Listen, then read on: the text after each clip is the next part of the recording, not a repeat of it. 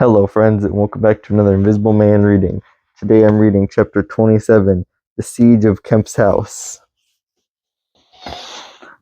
Kemp read a strange missive written in pencil on a greasy sheet of paper. You've been amazingly energetic and clever. This letter ran through. What you stand to gain by it, I cannot imagine. You are against me for a whole day. You have chased me. You have tried to rob me of a night's rest. But I have had food in spite of you.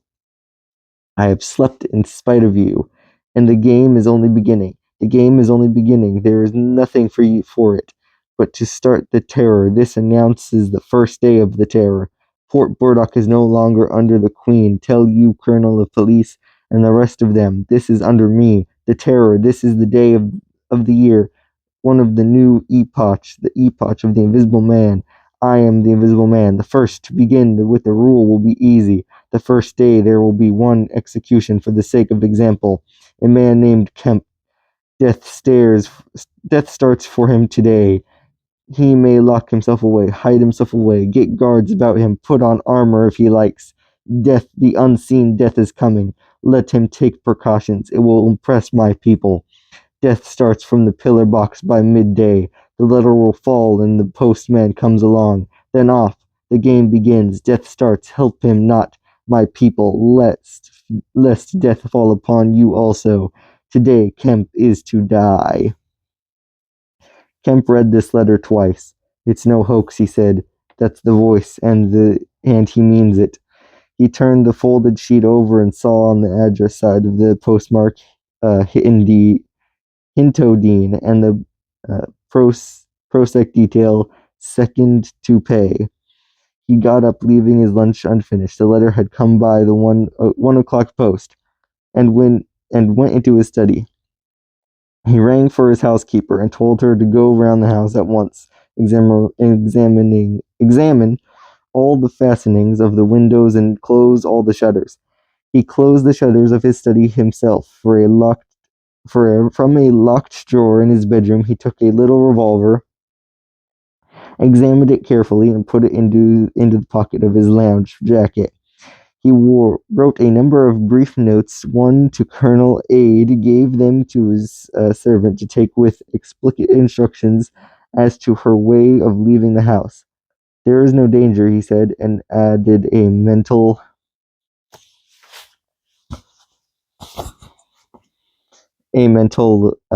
reservation. To you, he remained meditative for a space after doing this, and then returned to his cooling lunch. He ate with gaps of thought. Finally, he struck the table sharply. We will have him, he said, and I am the bait. He will come too far. He went up to the belvedere, carefully shutting every door after him. It's a game, he said, an odd game, but the chances are all for me. Mr. Griffin, in spite of your invisibility, Griffin contra mundum, with a vengeance. He stood at the window, staring at the hot hillside. He must get food every day, and I don't envy him. Did he really sleep last night out in the open somewhere, secure from collisions? I wish we could get some good cold wet weather instead of the heat.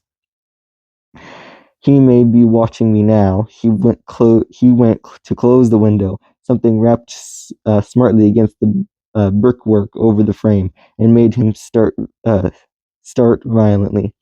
I'm getting nervous, said Kemp, but it was 5 minutes before he went to the window again. It must have been a sparrow, he said presently, and heard the front doorbell ringing. He hurried downstairs. He unbolted and locked the door, examined the chain, put it up, and opened cautiously without showing himself. A familiar voice hailed him. It was Ade. Your servant's been assaulted, Kemp, he said around the door. What?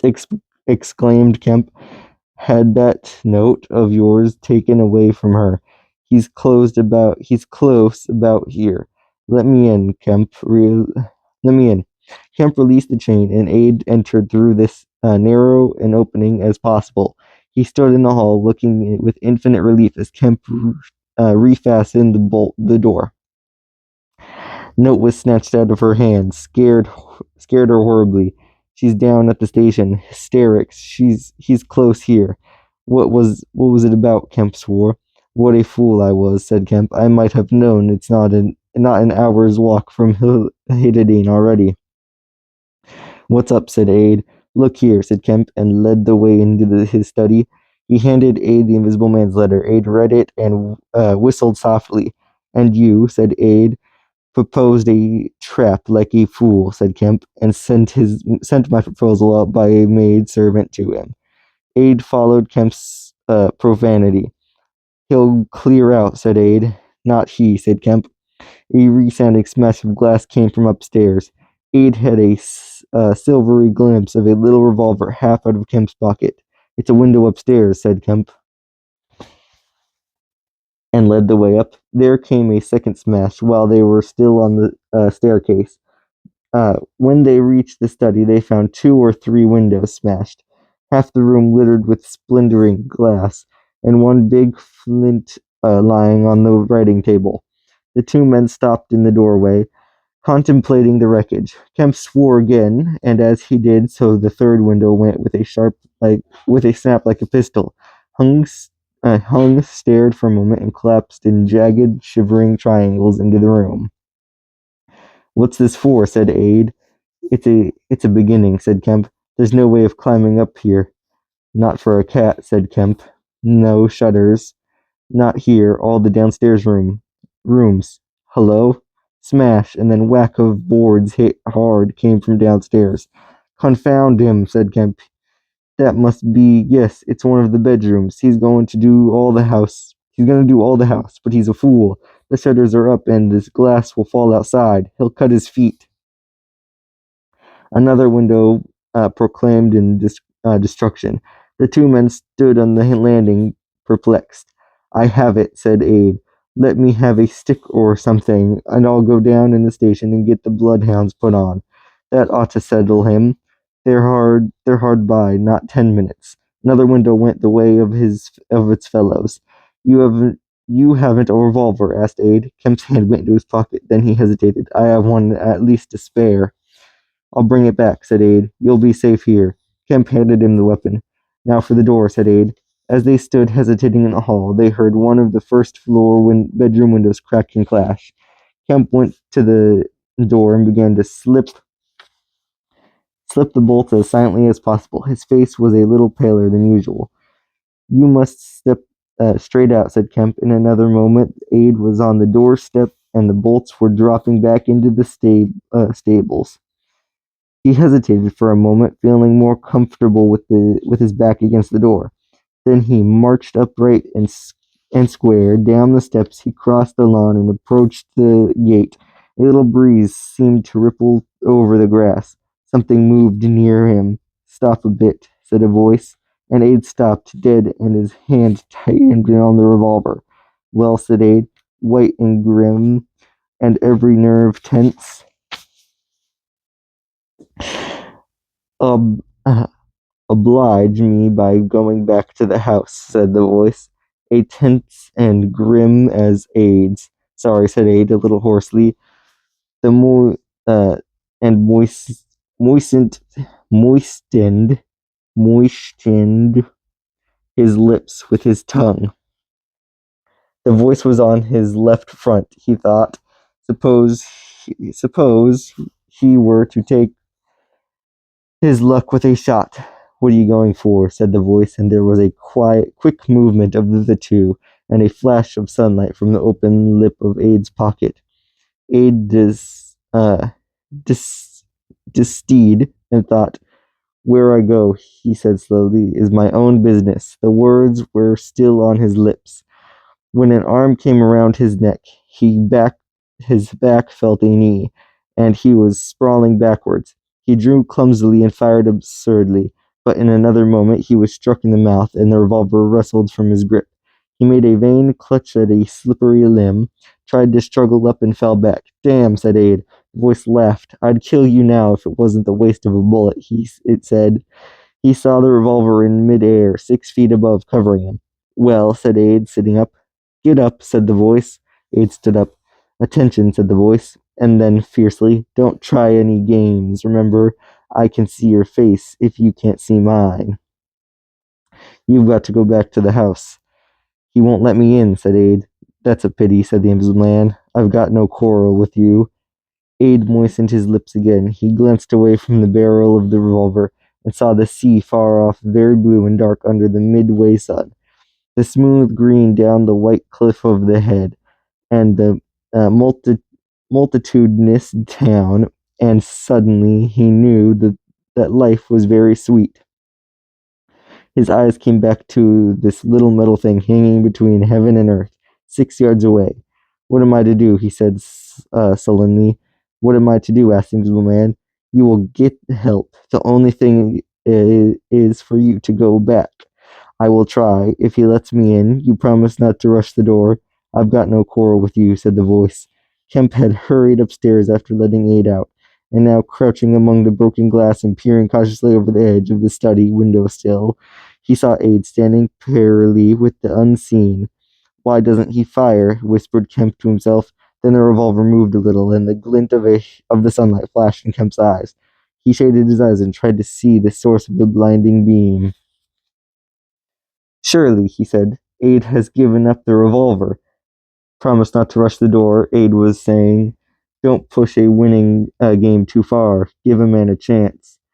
You go back to the house. I tell you flatly, I will not promise anything." Aid's decision seemed suddenly made. He turned towards the house, walking slowly with his hands behind him. Kemp watched him.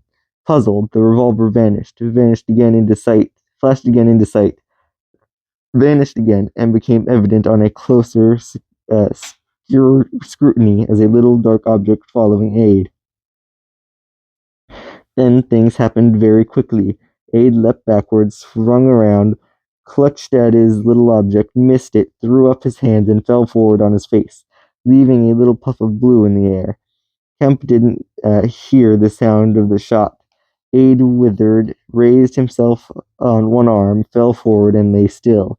For a space, Kemp remained staring at the quiet carelessness of Aid's attitude. The afternoon was very hot and still. Nothing seemed stirring in all the world, save a couple of yellow butterflies chasing each other through this shrubbery between the house and the road gate. Aid lay on the lawn near the gate, the blinds of all the vials brown.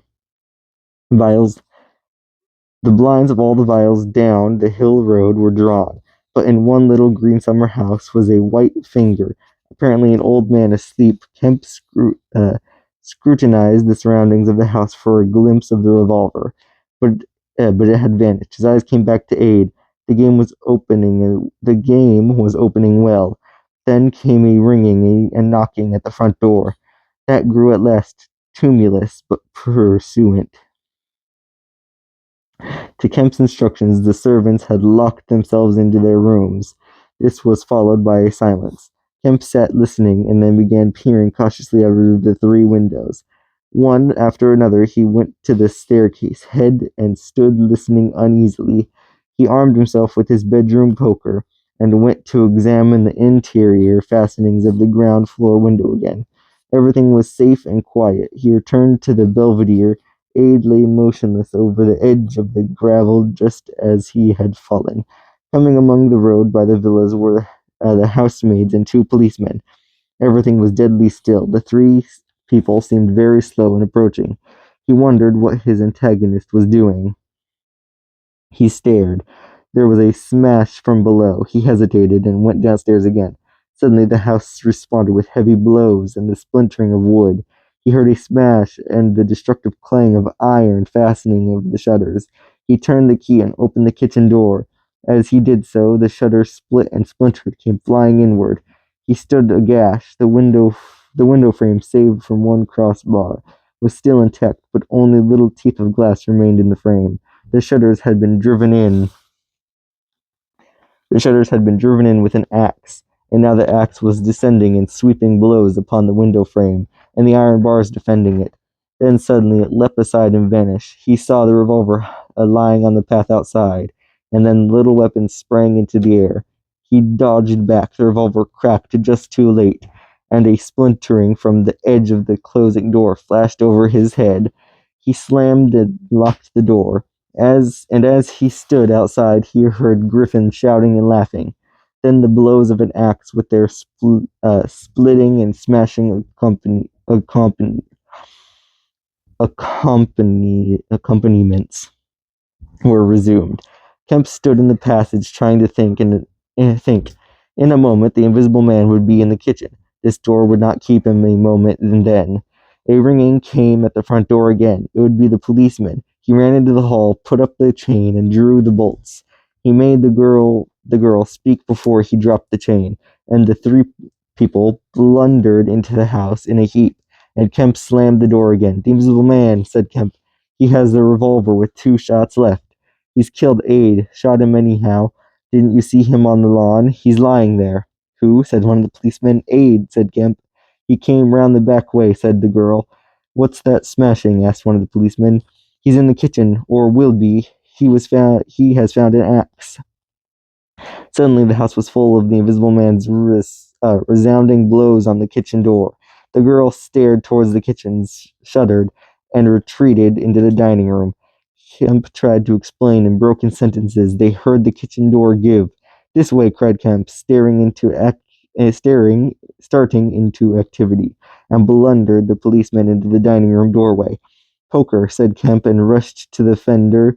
He handed a poker to each policeman. He suddenly flung himself backwards. Whoop, said the policeman, ducked, and caught the axe on his poker. The pistol snapped its pendulum-minute shot and ripped a valuable siding Cooper. The second policeman brought his poker down on a little weapon, as one might knock down a wasp, and sent it rattling to the floor. At the first clash, the girl screamed, stood screaming for a moment by the fireplace, and then ran to open the shutters, possibly with an idea of escaping by the shattered window. The axe receded into the passage and fell to a position about 2 feet from the ground. They could hear the invisible man breathing. Stand away, you two, he said. I want that man, Kemp. We want you, said the first police officer, making a quick step forward and wiping with his poker at the voice. The invisible man must have started back. He blundered into the umbrella stand. Then, as the policeman staggered with the swing of the blow he had aimed, the invisible man countered with the axe. The helmet crumpled like paper, and the blow sent the man spinning to the floor at the head of the kitchen stairs. But the second policeman, aiming behind the axe with his poker, hit something soft and snapped. There was a sharp exclamation of pain, and the axe fell to the ground. The policeman wiped again at vacancy and hit nothing. He put his foot on the axe and struck again. Then he stood, poker clubbed, listening intent for the slightest movement. He heard the dining room window open, and a quick rush of feet within his companion. His companion rolled over and sat up with the blood running down between his eye and ear. Where is he? Asked the man on the floor. Don't know. I've hit him. He's standing somewhere in the hall. Unless he slipped past you, Dr. Kemp, sir. Pause. Dr. Kemp, cried the policeman again. The second policeman struggled to his feet. He stood up. Suddenly, the faint pad of bare feet on the kitchen stairs could be heard.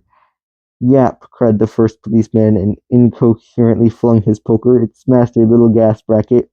He made as if he would pursue the invisible man downstairs. Then he thought better of it and stepped into the dining room. Dr. Kemp, he began, and stopped short. Dr. Kemp's in here, he said, and his companion looked over his shoulder. The dining room window was wide open, and neither housemaid nor Kemp was to be seen. The second policeman's opinion of Kemp was terse and vivid. And that's the end of chapter 27. Tune in tomorrow for chapter 28, friends, and don't forget to help us by subscribing to our YouTube. Thank you for watching. Bye.